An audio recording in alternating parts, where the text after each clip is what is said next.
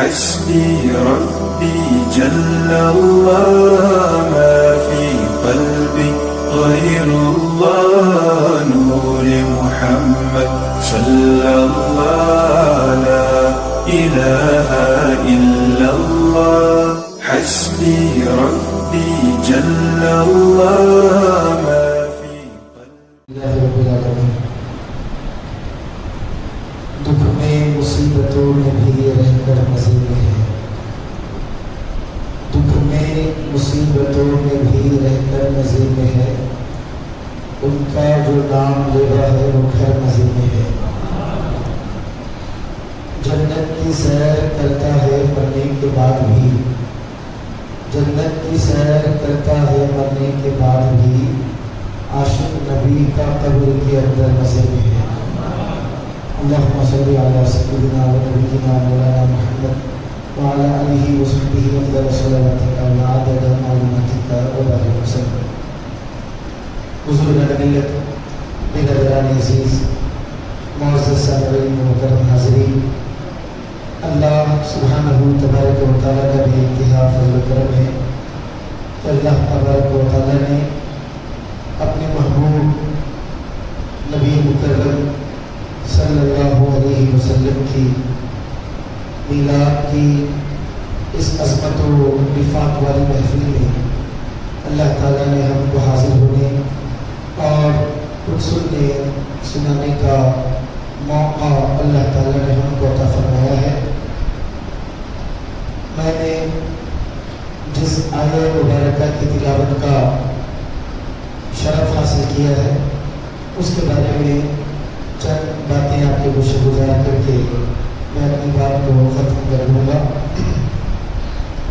اللہ سبحانہ تبارک و تعالیٰ اپنے پیارے حبیب مکرم صلی اللہ علیہ وسلم سے خطاب کر کے یہ فرما رہا ہے کہ اے نبی، اے غیب کی خبریں دینے والی ذات۔ نبی کا معنی اور نبی کا مفہوم آپ لغت میں ڈکشنری میں اگر دیکھیں تو نبی اس ذات کو کہتے ہیں جو غیب کی خبر عطا کرنے والی ہو، اور غیب کسے کہتے ہیں؟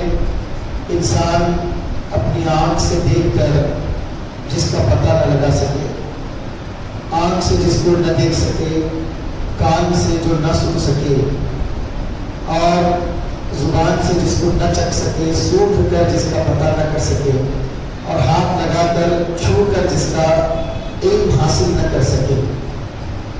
تو سورسز آف نالج اللہ تعالیٰ نے انسان کو عطا کیے ہیں وہ 5 ہیں۔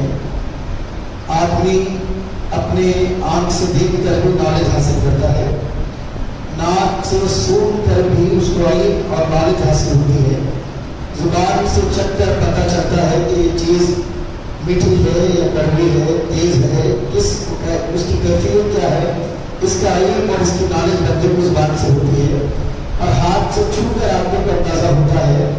تو عزیزان محترم، غیب اس شے، اس چیز کو کہتے ہیں کہ نہ آنکھ سے دیکھی جا سکے، نہ کان سے سنی جا سکے، نہ ناک سے سنی جا سکے، نہ زبان سے چکھی جا سکے، نہ ہاتھ سے چھوئی جا سکے، وہ اس چیز کو غیب کہتے ہیں۔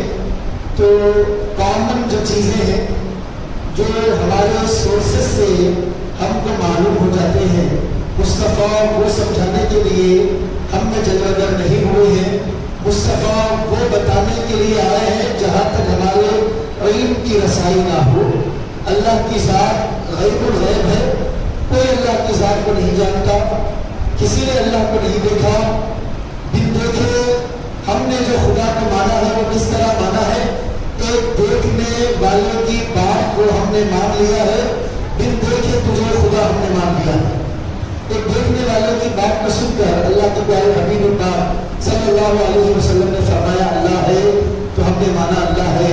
تو عزیزان محترم، مصطفیٰ جان رحمت صلی اللہ علیہ وسلم اس کائنات میں جو جلوگر ہوئے ہیں وہ غیب کی خبریں امت کو عطا کرنے کے لیے مصطفیٰ آئے ہیں، اور جہاں ان کے علم کی رسائی نہ ہو وہ چیز ان کو سمجھانے کے لیے آئے ہیں۔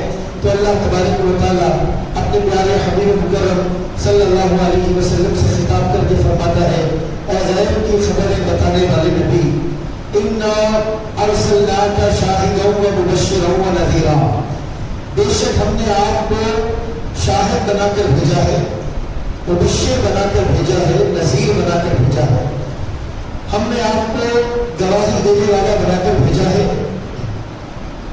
اور خوشخبری دینے والا بنا کر بھیجا ہے۔ کس چیز کی خوشخبری؟ آپ مومنین کو جنت کی خوشخبری عطا کرتے ہیں، اور ہم نے آپ کو ڈرانے والا بنا کر بھیجا ہے۔ کس سے ڈراتے ہیں؟ جہنم سے آپ ان لوگوں کو ڈراتے ہیں جو ایمان نہ لائے، تو خوشخبری دینے والا بنا کر، جہنم سے ڈرانے والا بنا کر ہم نے آپ کو بھیجا ہے، گواہی دینے والا بنا کر ہم نے آپ کو بھیجا ہے۔ تو عزیزان محترم، کس چیز کی مصطفیٰ، کس کے مصطفیٰ گواہ ہے؟ تو حدیث مبارکہ کے ذخیرے میں ہم یہ پڑھتے ہیں کہ قیامت کے دن اللہ تبارک و تعالیٰ ہر نبی سے ان کی امت کے بارے میں سوال کرے گا کہ تم نے اپنی امت کو، اپنی قوم کو دین کی بات پہنچائی یا نہیں پہنچائی۔ ہر نبی کا یہ فرض منصبی ہے اور ان کی یہ ذمہ داری ہے کہ اپنی امتوں کو دین کی باتیں بتائے اور دین کا پیغام ان تک پہنچائے، دعوت دے اور اللہ کی توحید ان تک پہنچائے، نبوت و رسالت کا اجالا ان کے دلوں میں وہ بٹھائے، یہ ہر روشن کرے۔ یہ سب چیزیں نبیوں کی، انبیاء کی ذمہ داریوں میں سے۔ ہر نبی سے اللہ تعالیٰ پوچھے گا کہ تم نے اپنا کام صحیح کیا یا نہیں کیا، دعوت صحیح دی یا نہیں دی۔ تو حضرت آدم علیہ السلام کو فرمائیں گے، اے مولا تو نے جو نبوت عطا فرمائی ہے میں نے اس کا فرض بھی ادا کیا۔ حضرت نوح بھی فرمائیں گے کہ مولا تو نے جو نبوت و رسالت عطا کی، جو اس کا فرض منصبی ہے ہم نے اس کو ادا کیا۔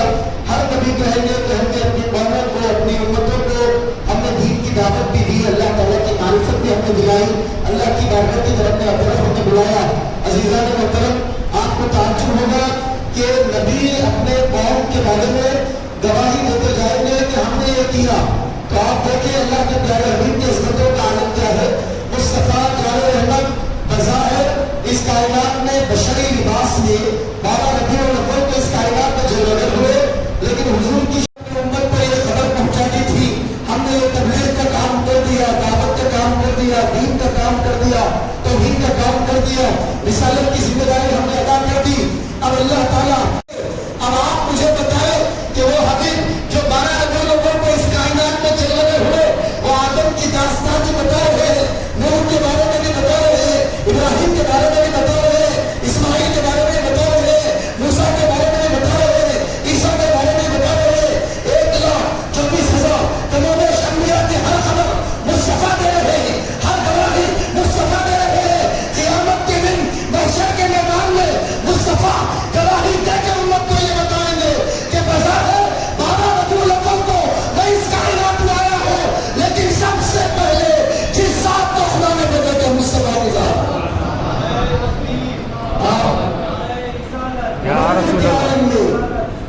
نور کے عالم میں حبیب ہر شے کا نظارہ کر رہے ہیں، نورانی شکل میں وہ ہر چیز کو دیکھ رہے ہیں۔ وَكَذَلِكَ جَعَلْنَاكُمْ أُمَّةً وَسَطًا لِتَكُونُوا شُهَدَاءَ عَلَى النَّاسِ وَيَكُونَ الرَّسُولُ عَلَيْكُمْ شَهِيدًا۔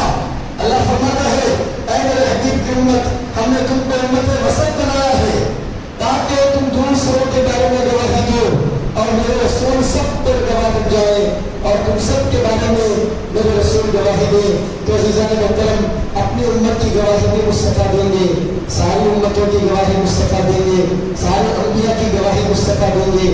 تو آئے بشری لباس میں 12 ربیع الاول کو ہے، غیب کی خبر کائنات کی ابتدا سے انتہا تک مصطفیٰ کو ہے۔ جو ہو چکا ہے، جو ہوگا حضور جانتے ہیں۔ ماکان وما یکون کا علم اللہ تعالیٰ نے اپنے حبیب کو عطا فرمایا ہے۔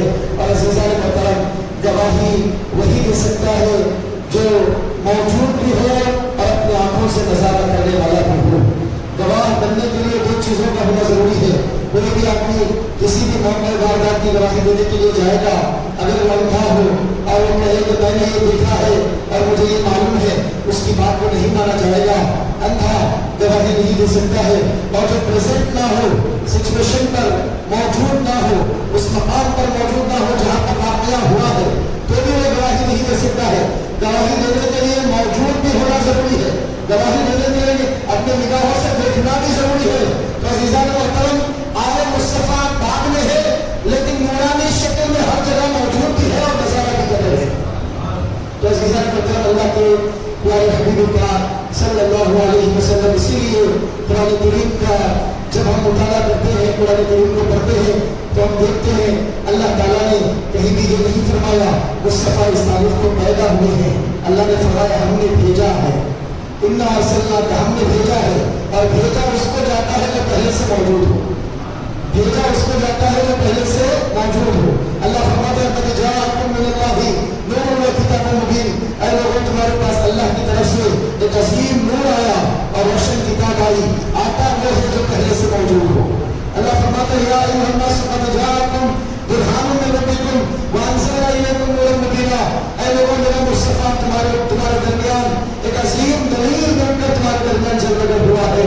اللہ فرماتا ہے وما ارسلناک الا رحمۃ للعالمین، اے ہمارے حبیب، ہم نے آپ کو مجسم سرتاپا کائنات کے لیے رحمت بنا کر بھیجا ہے۔